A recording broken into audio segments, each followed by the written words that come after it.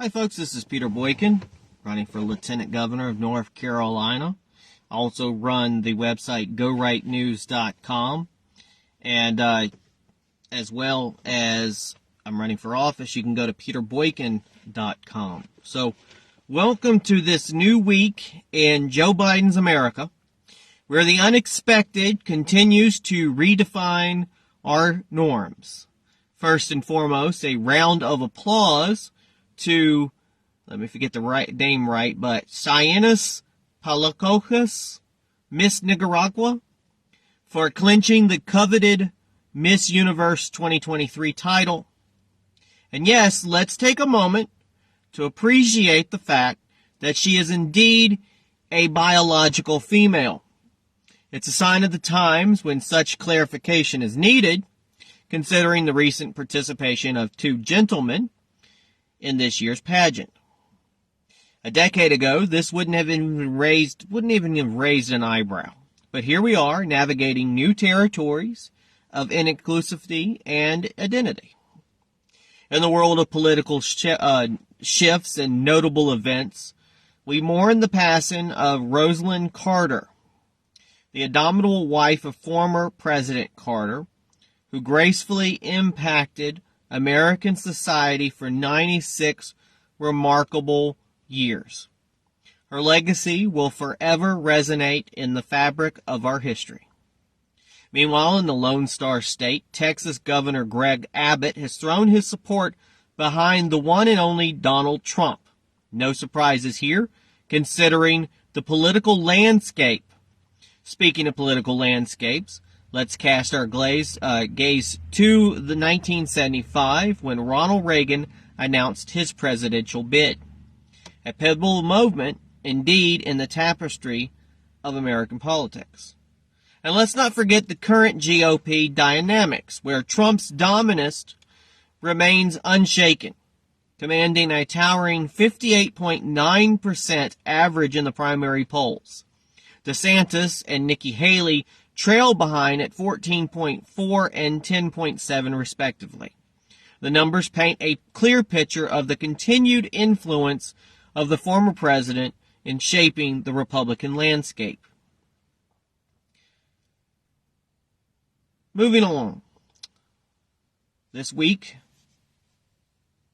whirlwind events in Joe Biden's America, where headlines echo a myriad of controversies and pivotal decisions. Continuing on, first off, a Colorado judge's ruling set a tone, allowing President Donald Trump's potential appearance on the 2024 ballot, thwarting the efforts of leftist activists who sought to remove him using the 14th Amendment grounds. This decision is set to stir political waters in the upcoming election cycle in 2024. In a monumental move, House Speaker Mike Johnson announced the public release of over 40,000 hours of Capitol security footage from the tremendous January 6, 2021 events. This disclosure promises to shed new light on the events of that fateful day. Meanwhile, in Bethlehem, the symbolic city of Christ's birth, Palestinian officials are dismantling Christmas decorations, refusing to permit traditional holiday adornments. And this action is such a historically significant location, raises questions and stirs emotions. I'm not very happy about that one. Meanwhile, tech giant Microsoft is making waves by hiring Sam Altman, the former CEO of OpenAI, after his abrupt departure from the AI company. This transition marks a significant move within the realm of artificial intelligence. However, amidst these developments, disturbing news surfaces as the brother-in-law of Stacey Abrams, the Democratic gubernatorial candidate from Georgia, faces serious charges, including human trafficking and offenses against a minor. Probably not get anything thrown at him. They probably just ignore that one. You probably haven't heard about it. In a rather perplexing turn of events, a Massachusetts high school cancels USA Day from its Spirit Week, deeming it too politicized, sparking debates over patriotism and education. So apparently you can't be patriotic and care about America, because it may be too controversial, really. Meanwhile, the Biden administration uses an emergency authority, typically reserved for wartime, allocated a staggering $169 million for the development of electric heat pumps due to climate change concerns, raising eyebrows over the breadth of executive power. Seems like as an executive you can do whatever you want nowadays, and any way you can get it done. In a political landscape shift, the GOP secures control of every statewide office in Louisiana following a series of runoff races over the weekend, signifying a notable political reconfiguration. But on a distressing note, a Los Angeles father who defended his family from armed intruders has been stripped of his firearm permit, reigniting debates over the right to protect oneself and loved ones.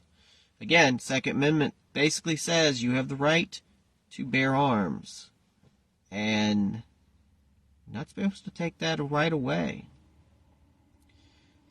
Lastly, tech behemoth Amazon makes strategic workforce adjustments, laying off hundreds of employees in its Alexa unit to pivot towards a sharper focus on artificial intelligence.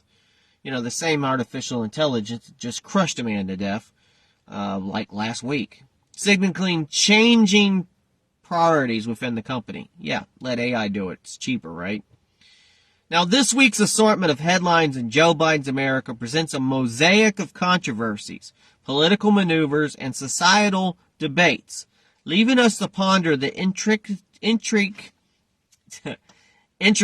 tapestry of our current societal landscape.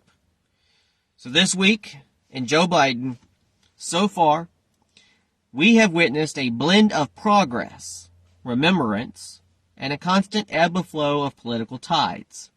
As we navigate these diverse faucets, one thing remains certain: change is the only constant. And the evolution of our society continues to unfold in unpredictable yet intriguing ways. This is Peter Boykin running for Lieutenant Governor of North Carolina, and I'm going to probably start delivering at least these daily update headlines more frequently as time goes to get you kind of like a morning boost of knowing what's going on. Some of these small headlines will probably turn into bigger stories. You can catch most of it on GoRightNews.com, and you can check out more my political campaign at PeterBoykin.com. Please share this. God bless everybody, and let's make North Carolina great again.